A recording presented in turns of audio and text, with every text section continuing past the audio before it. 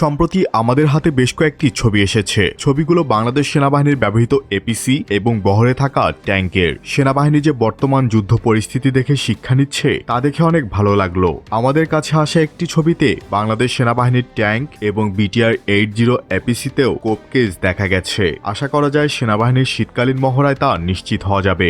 Russia Ukraine যুদ্ধ থেকে kamikaze drone বা এফপিভি ড্রোন থেকে ট্যাঙ্কের ক্রুদের সুরক্ষার জন্য ট্যাঙ্কে কোপ কেস ব্যবহার করা হয়। এই কোপ কেসগুলো মূলত ট্যাঙ্কের টারেটের ওপর বসানো লোহার খাঁচা। এই ধাতব কেস বা খাঁচাগুলো ট্যাঙ্ক ও এপিসির মতো সাজোয়ানকে কামিকাজি এফপিভি ড্রোন, আরপিজি এবং অন্যান্য ট্যাঙ্ক বিধ্বংসী অস্ত্রের আঘাত থেকে সুরক্ষা দিতে বা আঘাতের প্রভাব উল্লেখযোগ্যভাবে কমাতে সহায়তা করে। রাশিয়ান সৈন্যরা প্রথমে এটি ব্যবহার শুরু করে, তখন পশ্চিমা মিডিয়া ও সামরিক বিশ্লেষকরা একে বিদ্রূপ করে কোপ কেস বা মানিয়ে নেওয়ার খাঁচা নাম দেয়। তারা মনে করেছিলেন রাশিয়ার সৈন্যরা অত্যাধুনিক অ্যান্টি ট্যাঙ্ক মিসাইল জ্যাভেলিন থেকে বাঁচতে না পেরে সেরফ নিজেদের সান্ত্বনা দিতে এই খাঁচাগুলো ব্যবহার করছে। কিন্তু শুরুতে শুধু রাশিয়ান ট্যাঙ্কগুলোতে এটি দেখা গেলেও বর্তমানে ইউক্রেনের বাহিনীও তাদের ব্রিটিশ চ্যালেঞ্জার 2 এবং মার্কিন আব্রামস ট্যাঙ্কে অনুরূপ প্রতিরক্ষা খাঁচা ব্যবহার করছে। এই খাঁচাগুলো মূলত দুটি প্রধান কাজ করে। প্রথমটি ড্রোন প্রতিরোধ। ইউক্রেনীয় বাহিনী ছোট ড্রোন থেকে গ্রেনেড নিক্ষেপ কিংবা কামিকাজি